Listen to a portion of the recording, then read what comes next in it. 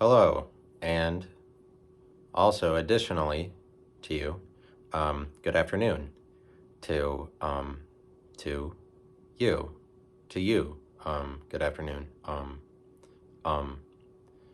good afternoon, to you, and it's great to have you back. And so, there are these are fascinating times.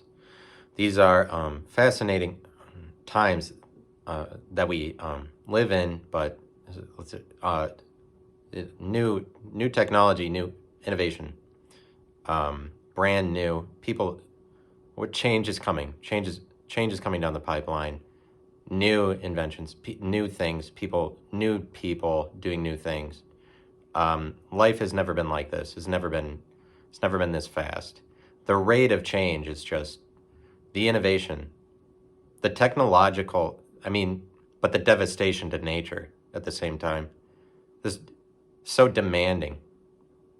Can we? There is nothing quite as strong as the pen of a critic or the hand of a journalist to help steady us in these trying times. Um, life don't, and you have to take it with a grain of salt too.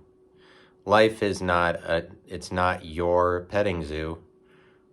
You know, this isn't like Bible times. Um, there's frayed wires. There's frayed things get disconnected. There's wires get crossed. People don't. It's not all easy. You can't put it all in one box.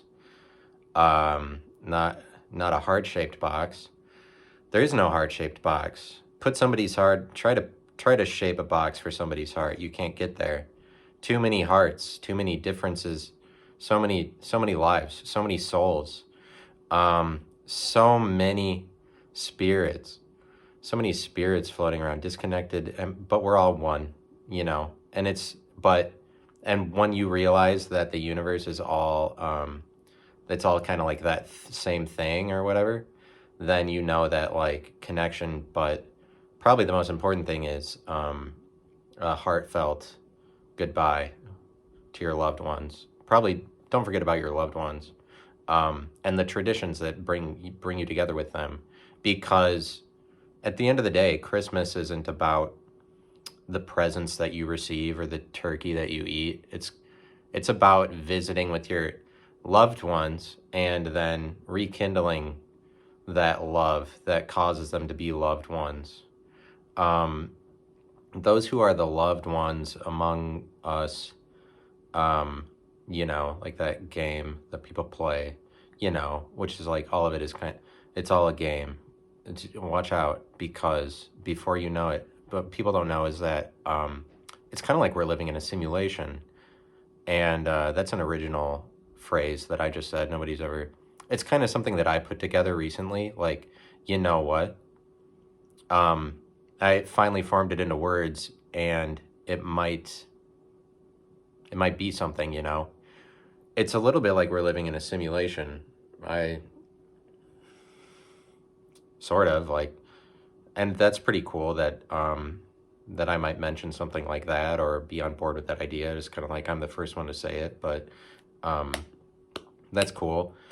There's people need to get on board. People need to get on the ship. It's like we need to realize that there's only so many lifeboats out there, and the tide is rising, and and the sooner that we all get on the same ship is the sooner that we can defeat the tide. Because a ship isn't broken up, and when a ship is moving across the ocean, it's not in pieces. It's all together as one. There's only one way for us to move forward, and um, that's as one group of people. I'm just being snotty, not not really. I'm being, and by that's spelled SNAUGHTY, snotty. I'm so naughty. Yeah. Rock me like a hurricane. Um, and People often complain in Stranger Things about Barb that she died and then they forgot about her. I will attempt to do the same thing in this podcast and move on. Forget that I mentioned that. People believe in whatever they want to believe in. That's true. This is not that great of an opening, but it's not the worst. It's not the worst beginning 5 minutes of any episode I've ever done. So, it's okay to put a bad episode out. Or I kind of wish that I had guests on, but I restrict myself from having guests because I have a lot of rules. I end up restricting myself to lonerism in a lot of ways, like opportunities I have to hang out with more people or whatever.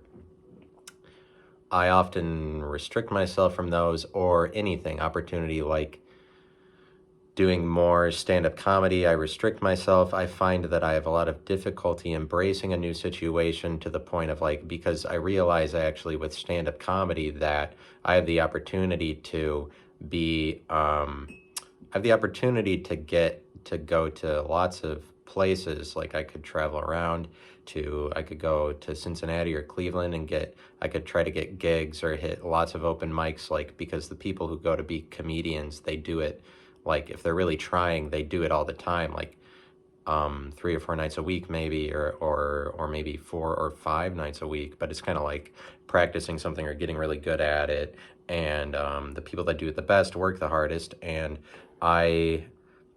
maybe I have difficulty having a work ethic, but it's really like I restrict myself like this in a lot of areas. I find that I have difficulty embracing doing comedy and jumping into it. And I'm hoping that won't last forever. It kind of goes along with this podcast. I have difficulty jumping into it completely, making it so that I have guests, and then in that way, and I would imagine that amplifies the podcast, or it helps it out probably to have guests, and so help is on the way, maybe, but in the future. But like currently, I'm restricting myself from that because I have too many rules, and it's kind of like what happens is I have too many rules, and then I end up more lonerism than I would want in a lot of areas, or it's like now you get into one environment and then you're like, oh, you have to prove that you're doing it, and then like I don't know, if you start to do new things, then what comes along with that are circumstances in which you have to prove yourself, obviously, but it's not that big of a deal. It's just that the world is challenging in order for you to do new things or meet new people. There's difficulty in that, and it's a lot easier nowadays too. But it just depends on if you want that lifestyle. Like, lifestyle of going to comedy clubs is actually just not a lifestyle that's very appealing to a lot of people, because it's more on the periphery and it's not necessarily for fame, especially if you don't have any major job going on and you devote yourself more to doing comedy, that you're doing it 3 or 4 nights a week. That's a lifestyle not necessarily devoted to getting money, but and it's kind of something that you have to naturally want to do, but it is something I want to naturally do. It's just that I'm restricting myself in other areas, like continuing to have jobs that I'm using as a safety net, or like the job is valuable to me, so I wouldn't leave that to do comedy or whatever. It's like I'm just not committing enough to things, but it's like it's easier to keep your life easy and for things to be safe. Like, I have a pretty comfortable life, but I can't do it forever. I can't really. And so things will change. I feel like I'm going to move to another city when my lease is up. I want to move to Houston, Texas. That's a secret. No, it's not really. I would tell that to anybody because I'm an open book. Of course, I'm the most open book. I'm probably the openest book, and probably likely, there's the most likely outcome is that I'm the most open book. And you can take that to the bank if you want, if you can cash it in for anything. You should ask them if that's worth something. Yeah, this guy told me that he was an open book. Do you have any cash on you? I'm being so petty today. I'm being so closed off from the world. But like the thing is having money. So I want to have guests on. It's just I'm like, if I have one guest on, I don't want to have a guest on just to prove that I can have them. Like I don't want to have one guest or just one or two, and then just go back to doing the solo thing. At some point, I kind of want to change this so that I'm only having guests on. I think that that is an admirable future. I just am not in the state of mind to be able to do that yet. And I'm not allowing myself to do it. I'm like, why don't you start doing that? It's easy. Can't you just start doing that tomorrow? It's because like I don't know enough people, and maybe I want it to be a more seismic shift than that I would just bring on one or two. But it's still currency podcasts. I'm not going to change the title at the point I bring people on or anything like that. So don't worry about that. Don't worry about me changing the title. And but let me say something that would make you want to listen to what I was saying. Please and thank you. And so communication is important. It's just that like money isn't, you don't have it only if you have a lot of it. But that's kind of the way that people treat it, as if the entire world has the view that more money is always better. It's not always like that. I think that Christians have that view that more money is always better, but people in the world don't necessarily have that. Like people trying to be comedians don't necessarily say more money is better, because like going into comedy clubs and doing comedy, if that's what's valuable to you, that's not really a life pursuing lots of money necessarily, because you won't necessarily get a lot of it. And it's just like having a more individualistic mindset or furthering your cause individually. You might be more likely to do this in the world, but in a Christian church, you're not doing that at all, because Christian church crushes your individualism.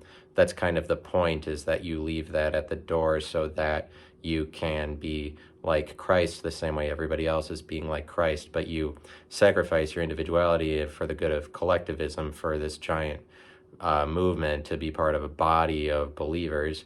And it's meant to crush your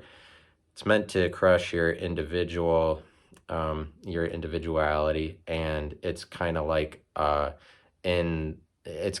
for Christians, what they do is they recognize time rather than times by making so much out of eternity or their eternal lives, and leaving your life on earth at the door. If you're ignoring your life on earth, which Christians are, if you're really in the Christian church, you believe it, then you're doing that. You're like ignoring your life on earth because there's this eternal life that's better. That's like Christians do that. They align themselves, or they anchor their energy or their existence in Christ, where Christ is this idea that's lasted for hundreds of years, and it is something more like eternal, versus the lifespan of an individual human is going to be only 80 years, and only in the most exceptional of cases is your power and influence going to last like even 100 years past when you die. But Christ is already dead, or rose again, or whatever. And centuries and centuries go by, and his name is still remembered, his legacy. Like if you go into the Christian church, you're aligning yourself with this legacy that's already proven itself to last hundreds of years, but you lose your individuality in order to do that. And it's just kind of like the point that I was trying to make before is that Christians think that more money is better, like in every circumstance. Every church is always trying to get more money and more followers, because Christians are trying to be like Christ, and Christ had and has a ton of followers. Christ has like millions of followers over centuries. And really, if you're trying to be like Christ, what you would do is get a bunch of followers. And I'm listening to that the Rise and Fall of Mars Hill podcast about Mark Driscoll. I talked about it a little bit on my podcast before. I kind of wanted to listen to the whole thing before I really made any like bigger judgments about it. But I guess I'm having difficulty finishing it, or I mean, I'll try to. I'm having difficulty finishing the podcast because I have difficulty finishing any podcast or any book, because because whatever. I'd say that it's a little bit, the podcast is hypocritical. And what's really funny is when it's like the whole podcast is about that why does the church fall for charismatic leaders and narcissists? Why do they get under the spell of like someone like Mark Driscoll when they're saying all this anti against the church shit, even though at the time nobody cared, or like the podcast is about the tendency of the Christian church to listen to one charismatic figure or like play into the themes and agendas of a narcissist or something. Is like, oh, mega pastors for mega churches that aren't preaching a genuine enough message. And it's that's is like this is put on by Christianity Today, so I don't really know what they're talking about, because Christ is like the ultimate charismatic leader that uh thousands of people follow. Like you're talking about how you don't like um following in the footsteps of individual leaders that have a lot of charisma in order to gain a huge audience. And Jesus Christ is the epitome of that. You're talking about that. You might as well question your entire existence as a Christian.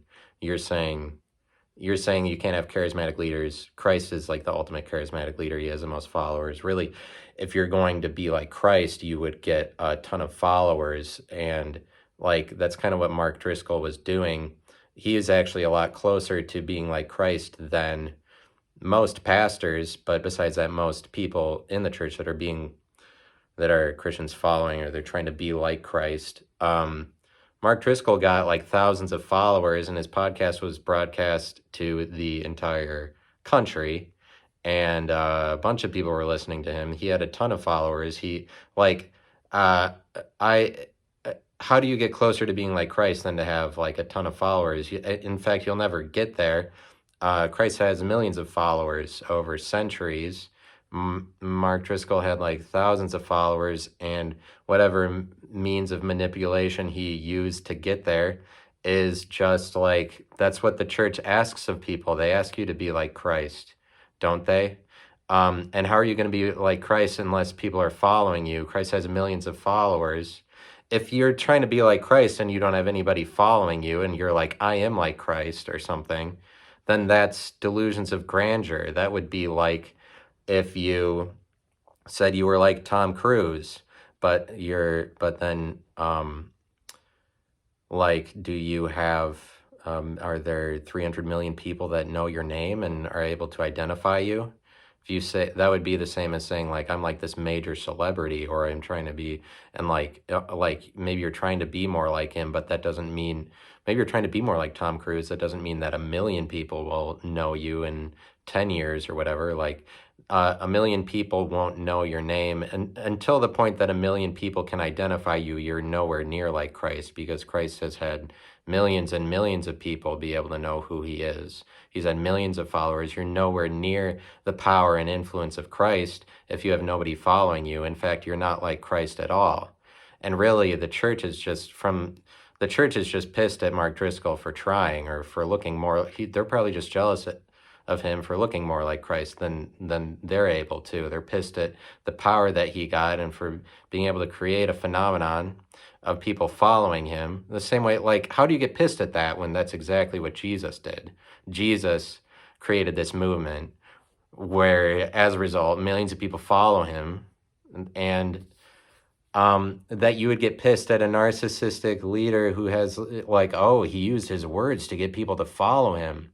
It's exactly what Jesus did, but only times infinity. So it's just like, it seems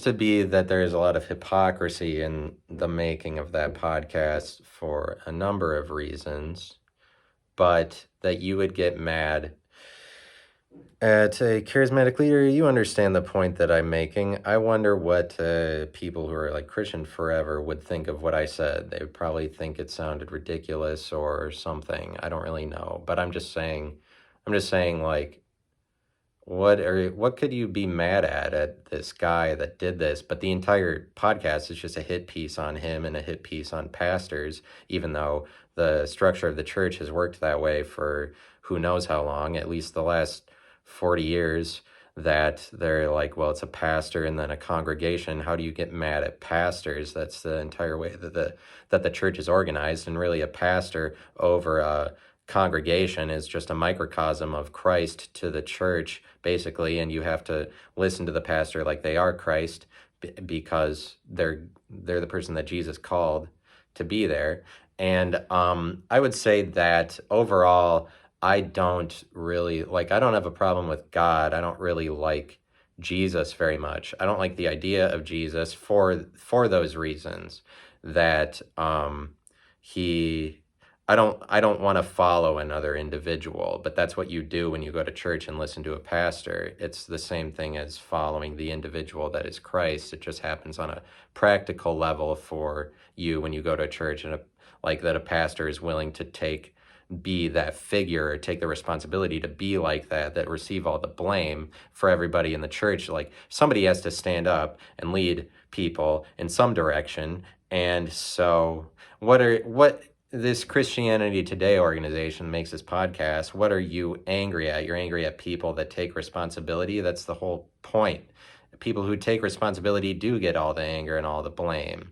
You're not, like, they're really not saying anything at all. The whole podcast is about, why do we follow people? You follow people because we live in Christ's world.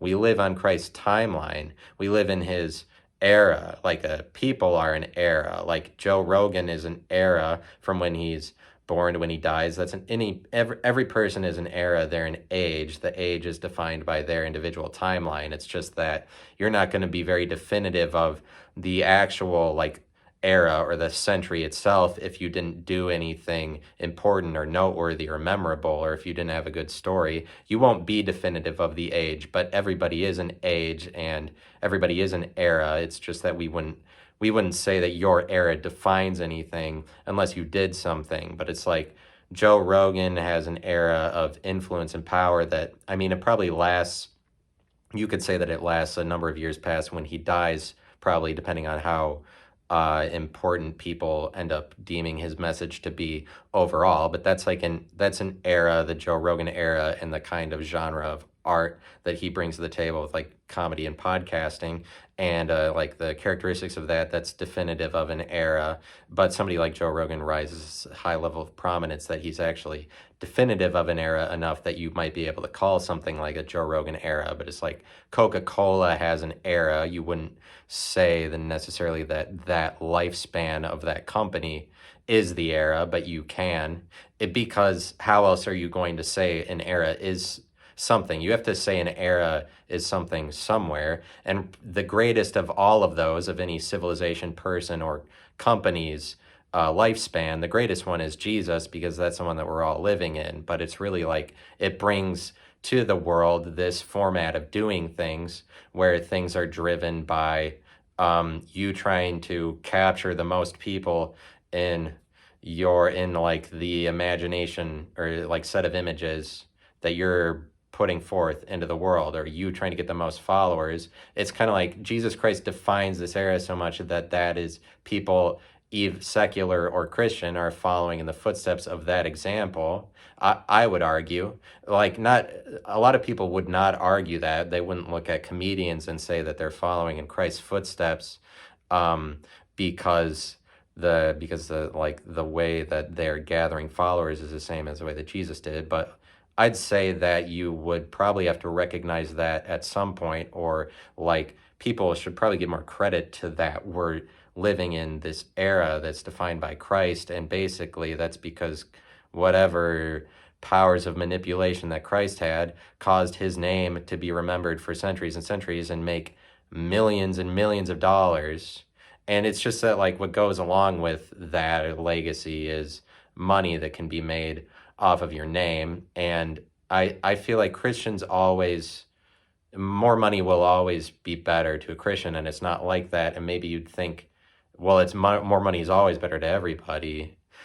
I feel like in Christianity, they're always like more viewership, more followers, more money is always better. And they're kind of all about money and they're worried about losing it more so than other groups of people. I would argue they make things about money and safety. Like that's part of why you join a Christian church is because you have the endless wealth of tying yourself to this more eternal existence. And there's more money in that you see because you see how much more money Christ and following him is able to make over years and years and years than any individual person will ever be able to do with their short-lived legacy, even if they become really popular momentarily.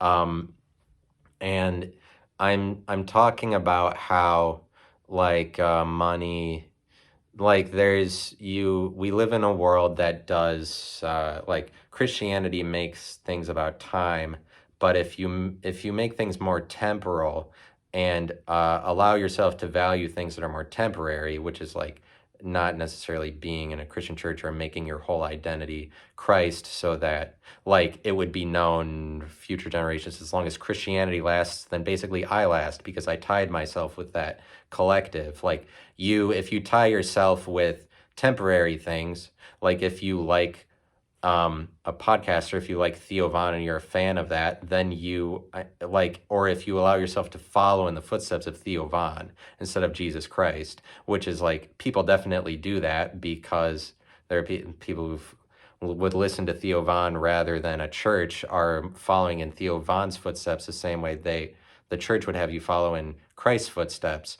But and that's sort of the point I'm making is that everybody is like Christ in a way because Christ is the epitome of that idea of like anybody making a podcast and gathering a bunch of followers. Christ is the epitome of that idea because he did it better than anybody else. He got the most followers as an individual. The same way, like every person is trying to make their empire. Person who starts Home Depot, obviously like Home Depot is maybe started by a handful of people, but a lot of times there's one individual that's at the heart of it, not every time.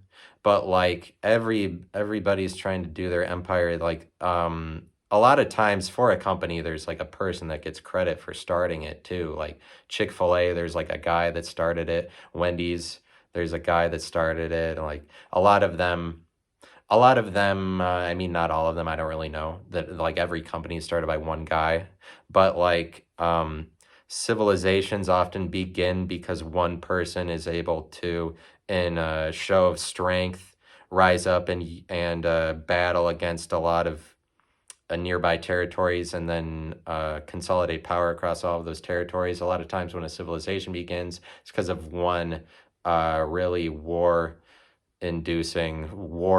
individual that unites all this territory under one title or whatever. Somebody who has, like, a lot of times when a big thing starts, it's because of the vision of a person, an individual. Not every time, but like I'm saying that like people.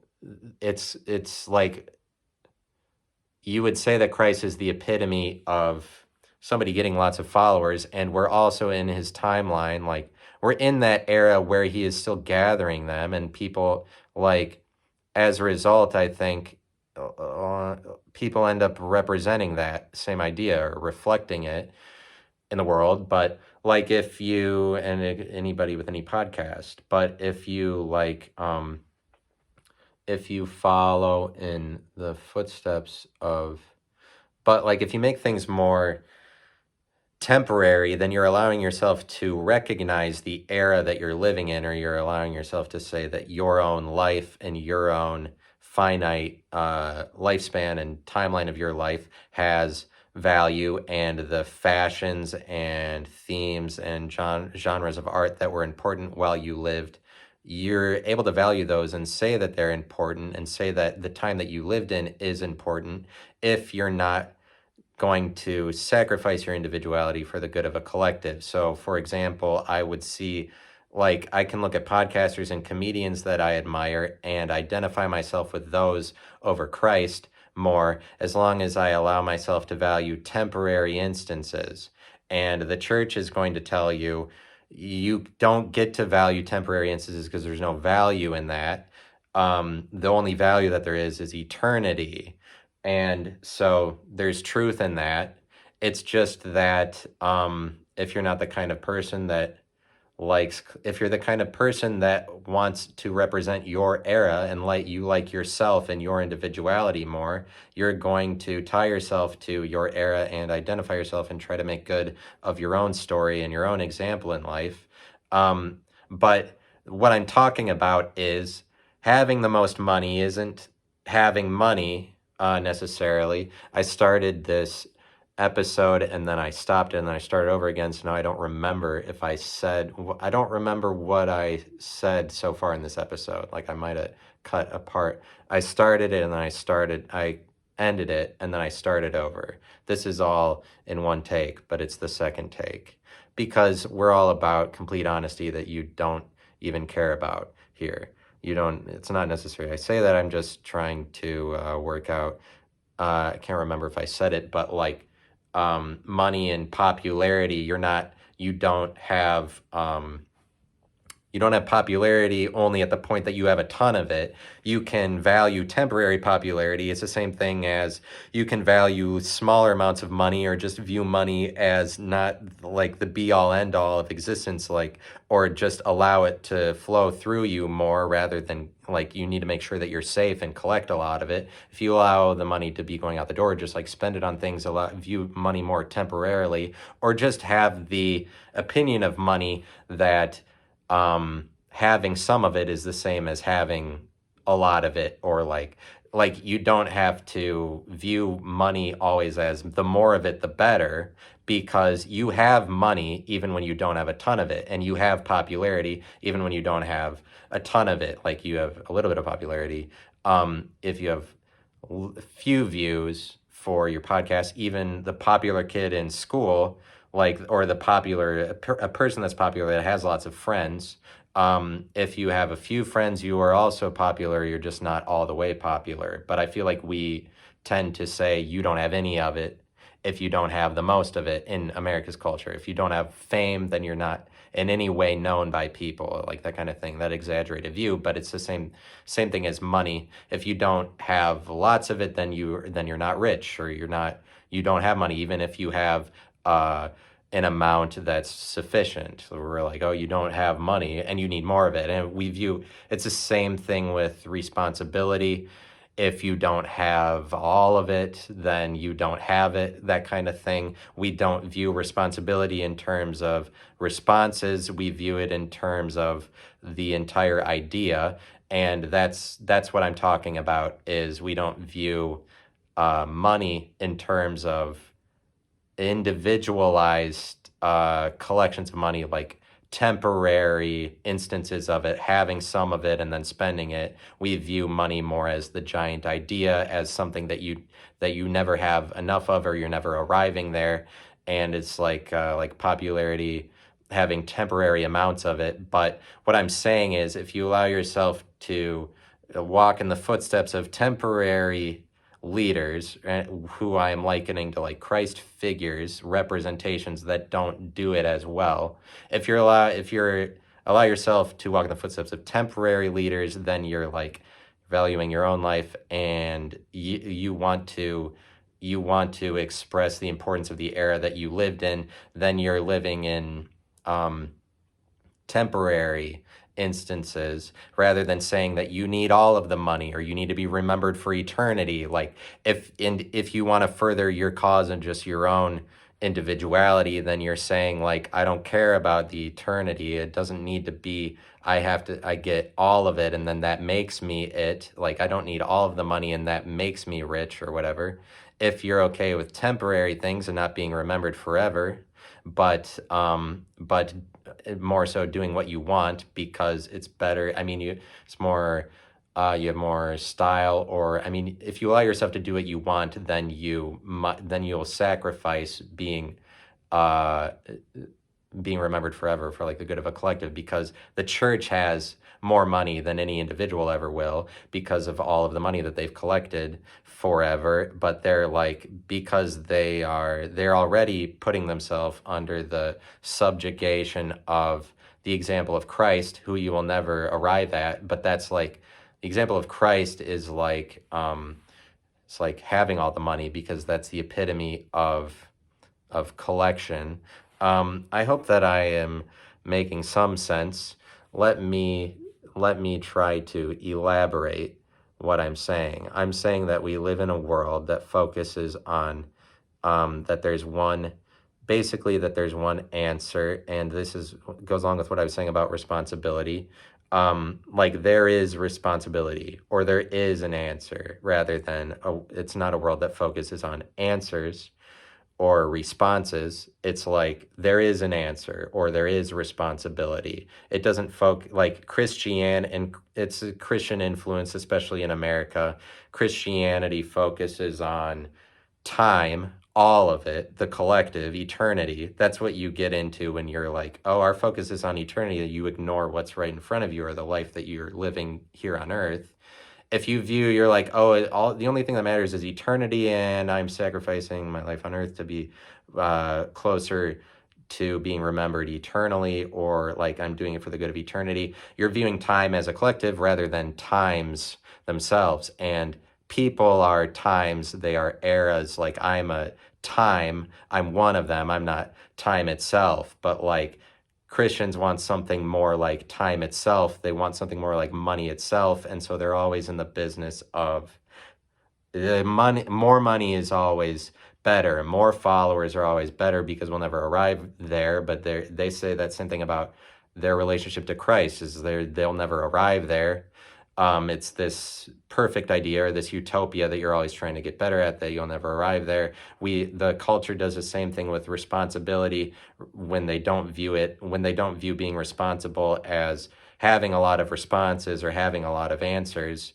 Responsibility is something you never arrive at. You're just collecting it. But like, you allow yourself to be like Christ actually, rather than you're always under the weight of it.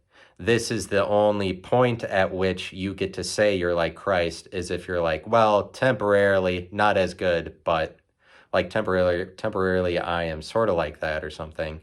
Like you're not, it's not, I'm not saying that everybody is always trying to make an empire or further their own individual cause. There's a lot of people that are just collectivists, that like they would just walk into the church, that's what they wanted anyway. Like, and like, it's not good for everybody to try to make a following, but if that's something you like, if you're like individuality more, then you should try to get a following, or do something, but like, and the church asks you to if you don't say that you have something better to say than other people, then you're not like Christ, because Christ came along and he's like, I have the best thing to say for sure. I have the answer. And I would say that as long as we're living in this era, like that's kind of what it represents, the example of Christ, where every temporary person is not going to have a legacy as long as Christ, admittedly so. How do you ignore that? How do you ignore that when we're living in the era of Christ? That any person that's trying to further their story or invent something to be remembered forever, their legacy is never as long as Jesus is, because Jesus, we're living in that era. So it's like that, if there is, it's like that it represents something like the answer, and you can go into that. It's just a more collectivized lifestyle, the same way that time as a word is representative of like the collection of all of it. But if you're recognizing times, you're recognizing individualized instances, or individual podcasters, or empires, or civilizations that you can gain wisdom from in order to further your own cause. Or like, if you're in the business of recognizing times, you're in the business of recognizing temporal instances, localized instances, and you can then make good off of, or try to make money on your own. And the money that you make on your own will just be money specific to you. And so there's more value for you, because you're doing what you want in order to make it.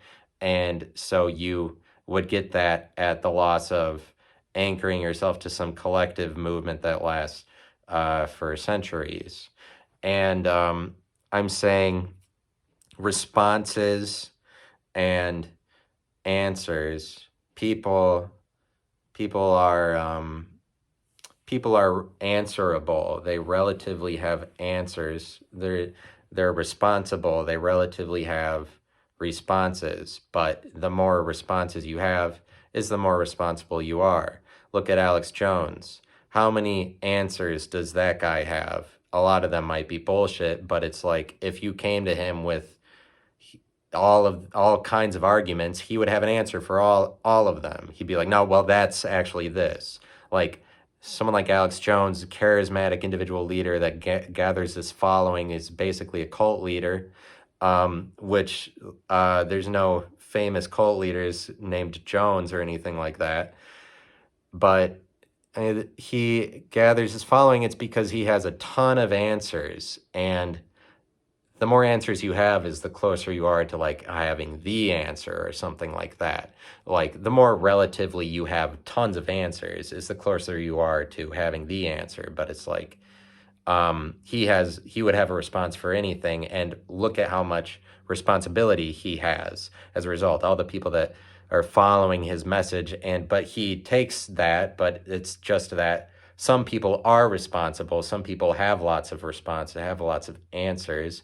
And it's kind of like the more that they have as an individual is the more popularity, fame, notoriety, money that they gather as a result of that. You collect and accumulate answers or responses that tends to translate into money for people. And like you can try to, or I can, I mean, yeah, maybe what I'm saying, obviously some of it applies to me because I'm trying to make a podcast and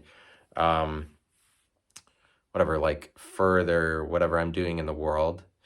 But like you have more responsibility, someone like Alex Jones, but a pastor rises up and also takes responsibility. They relatively have a lot of answers. They have more answers than the next closest person, or than an average person. But like Mark Driscoll he has a lot of things to say. He has a lot of responses. He gains a lot of followers. Yeah, I'm saying that people are answerable, but you recognize individualized times, and then who knows where you will be. But I guess I'm talking about temporary, that you're you recognize that you're temporary, and this will probably allow you to be free of thinking that you're doing something wrong. But a lot of people don't go into the area of responsibility because they don't want to be responsible. They don't want it to get back to them, to be blamed for something. It's really the case that I think a lot of that is overblown, and superstitiously we think that our words are very important, or that you're going to lead people over the edge, and so don't say too many things. Or in other words, there is an answer and you don't have it, or there is an authority and you don't have it, and so don't get into the area of saying that there are answers or that there's times. We kind of live in a world that operates off of like, okay, there's one answer. It doesn't have to be Christianity. Like for people in Islam, that's like millions and millions of people under the one umbrella, under the title Islam, that believe in that religion, and they're like, that's the one answer. Like giant religions tell you there's an answer, but like everybody's living off of this perception that the world is governed by the world economy, and everybody in the world is like, oh, the world economy, maybe that can progress to some utopia, or like we'll find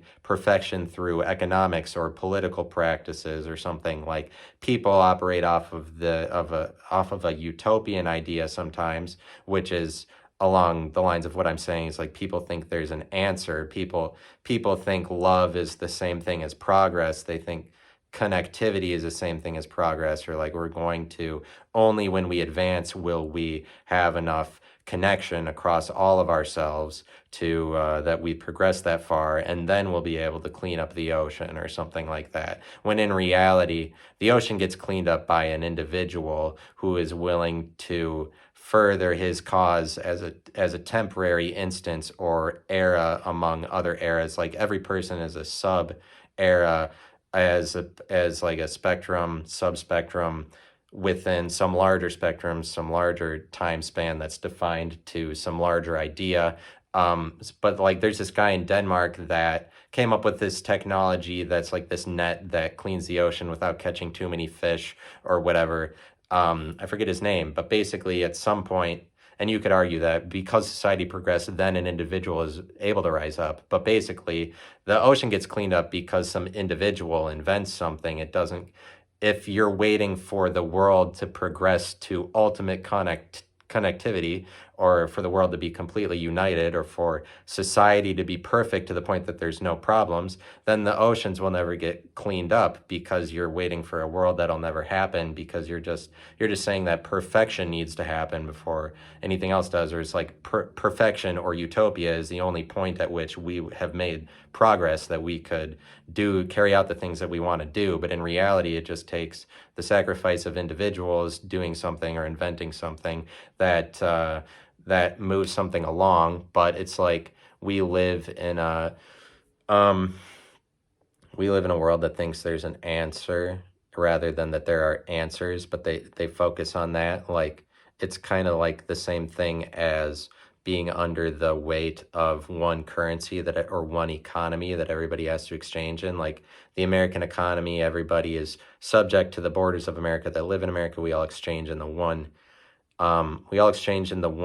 currency, rather than that we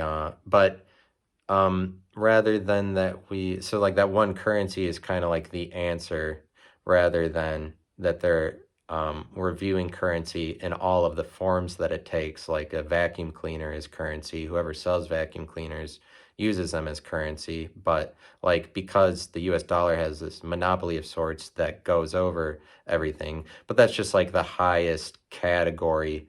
Like, everything that happens in the United States is under the subjugation of the US dollar, but everything that happens in Target is under the subjugation of Target. Like, all of the currencies, all of the objects that you would buy in Target, they are uniform under the Target currency. And so like, you can get $100 gift card to Target, and that's for Target currency, then you could buy anything there. But if you got $100 in just US dollars, that has so much more utility than a $100 Target gift card, because then you can buy all of the kinds of currency that are on the US economy. But this isn't leading anywhere, this rabbit trail about Target and highest category, or like, I'm talking about identities of currency, and they level themselves off at the title of the restaurant or the company or retail store, or sometimes they level themselves off at the identity of the entire country of America. But like that there's an answer goes along more with like, oh, as if there's one currency. It's like same thing as if there was a world currency, rather than recognizing the tradable value of all temporary existences and all temporary companies and individuals that created them. And like, you can forego recognizing that if you're just like, well, all of them are traded in one. If there was like a world currency, then it's like an answer. But I'm just saying, a currency that's over a larger area is more of an answer for how you're going to exchange or even like talk to people. But English language does the same thing for language that the US dollar does for currency in America, because the English language is the category that goes over all of the words and phrases and ideas that you can exchange in with people. It's all like uniform under the identity English for the English language, and it's for exchanging the same way. US dollar makes all currencies uniform that you can exchange in. But like, and their technologies, the English language is a technology. And so, but that's not really what I wanted to say. I guess I'm 49 minutes here, and so I can keep talking for forever. But what I'm saying is that we live in a world that is more about one answer. It's also that we live on one plane of existence, and really humanity is not very smart in comparison to how smart they could be, or the amount of knowledge that's out there. We operate off of one plane of existence or one imagination. That imagination is the world, and everything that is born or invented in the world has to run on the world, or in some senses is plugged into the world economy. But it's like everybody uses the world economy perception to help themselves process what the world is or what the earth is. But like it's kind of like if you're just saying that there's this world economy, or and it's hard to imagine things at that grand of a scope. Most people are just like, oh, the country that they live in, and then they view the country as the world. And most people don't, a lot of people don't even see outside of America to talk about things in terms of like, well, I'm an American, so that is actually not necessarily true versus Canada's culture or whatever. A lot of people make the world just the borders of the country or whatever, like, because that's as far as they're able to process. And so you could view America the same way that I am talking about the world. Like some people say, or like people view, we're all in American culture, we're all on the same plane, and we're all in the same imagination, rather than like it's a world that wants that to be the case, that there's one answer, there's one world, and that's what we're progressing toward. And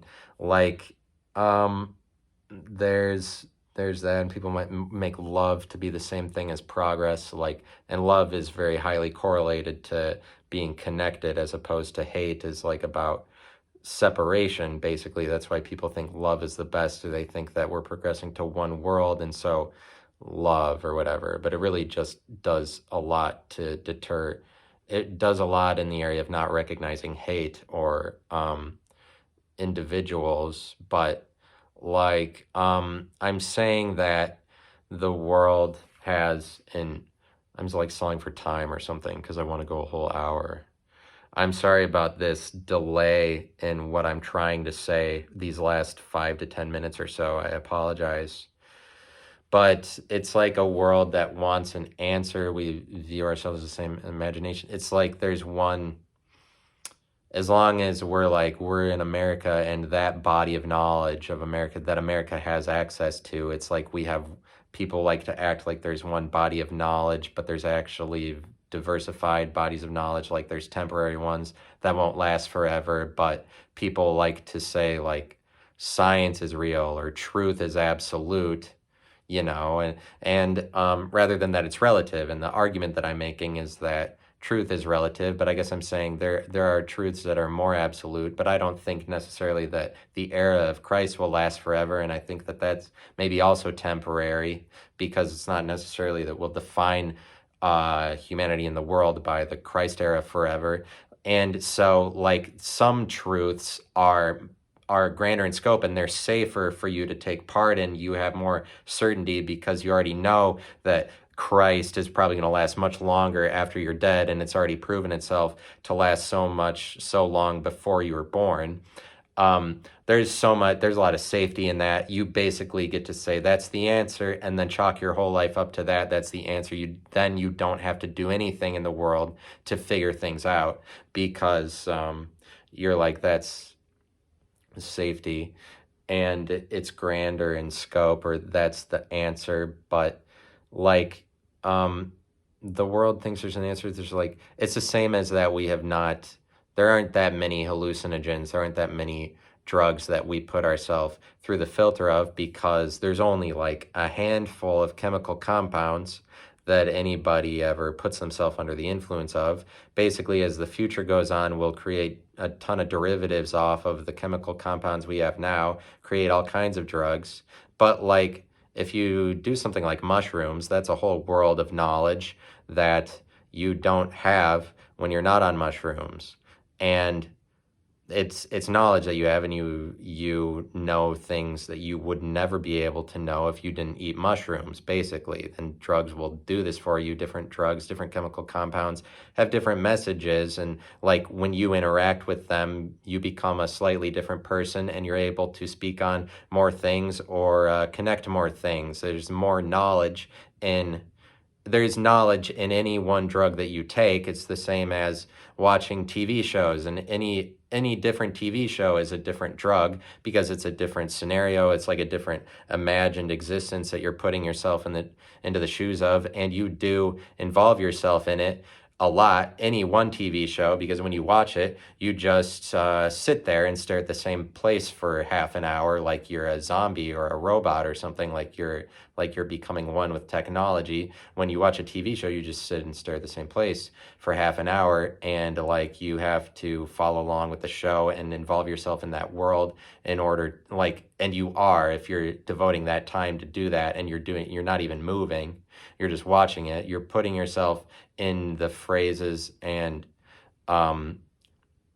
movements of the world that's presented to the TV show. Every TV show is different and says different things and influences in a different way, and it's like in a different category, targeting a different audience that likes different things, and they're all their own drug, they're all their own set of frequencies that you see there, and like sound waves and light waves, and different characters on the show say different frequent sets of words to influence you in different ways. Whatever the message of each show is different, they're all a different drug. And like in the world where there will be more virtual universes or whatever, even just one virtual universe is a different drug compared to another one. But they're like different TV shows have different sets of knowledge. They're not, and they could be fictional. They're not necessarily like knowledge, known, absolute. But what I'm saying that truth is relative. That's my point in saying this. Different TV show, one TV show versus another one is one truth versus another one. But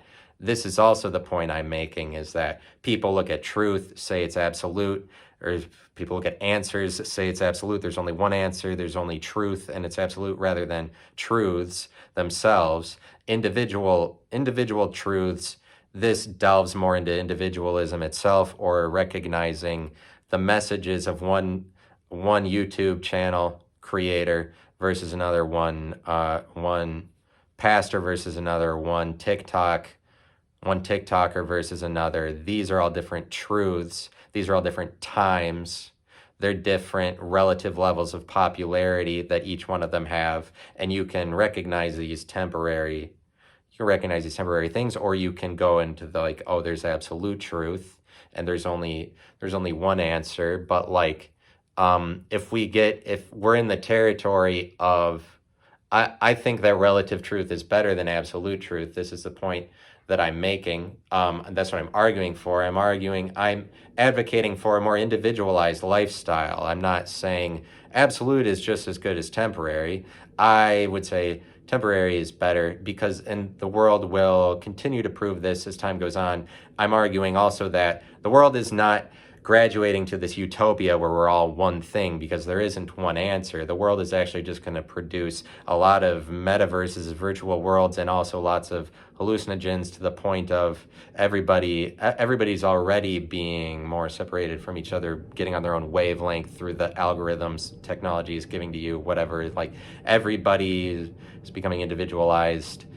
And I'm saying that you take a hallucinogen, this offers a different body of knowledge, or if you play one video game versus another, you gain knowledge playing a video game. It's specific to the video game. Knowledge for a TV show is specific to the show, but it is still knowledge. I'm not saying it's scientific or anything. I know the shows are fictional, but you're getting a different set of knowledge with every temporary instance that you are respecting. And what we are, like the timeline of humanity, we're actually not, like, we haven't figured out that much, and we don't have that much knowledge. It's closer to that we all live with the same body of knowledge, and we all think that there is one, but like we haven't gone anywhere near the potential into the territory that we have the potential to explore, considering all of the chemical compounds that can be created that we put ourselves under the influence of, different frequencies. These are all different sets of knowledge. But if you consider like just something like mushrooms is a completely different set of knowledge, I would argue that, like, relatively better, it's like a different plane of existence. If we allow ourselves to say there are many different planes of existence, rather than, oh, we're all in this same one, and like when we're all in this same plane of existence and we say that we're all part of the same imagination, we're we're more in the business of maligning drugs and stigmatizing them and keeping them in the periphery of society, and not saying that they're culturally acceptable, because those will take you to different planes of existence and different realms of imagination and give you different bodies of knowledge. But there are so many bodies of knowledge that we have no access to. Like, that's a ton of knowledge that we're currently missing out on, just by making it so that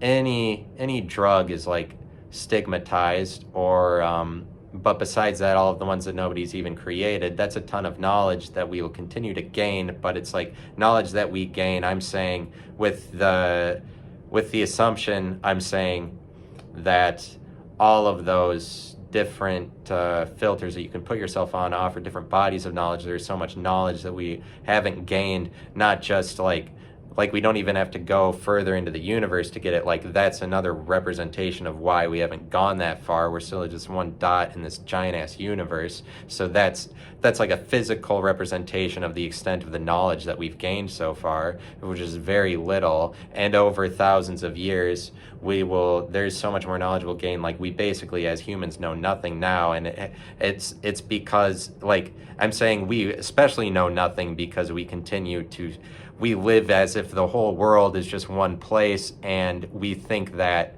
the world being one place is like progress or what we're advancing towards, and that is like a superstitious idea, and it is antithetical to progress, because it operates off of like, oh, we need to continue to live in the world where there's one body of knowledge, as if that's the best way to do it. And it isn't, because that just makes it so that everybody is a consumer of knowledge, or like that there is a limited amount of it. If there's only one body of knowledge, there's only the world is only going to offer you so much knowledge. But if you're like, there are all these different planes of existence, and we will open the doors to these more and more as time goes on, many different bodies of knowledge, rather than at that point, maybe you wouldn't be contained to a single book, or books like that tell you that knowledge is this one way, and the Bible is the thesis of it, or the beginning of it tells you that everybody has the knowledge of good and evil. But that's beside the point. I'm not saying to necessarily connect that, because people won't buy what I'm saying.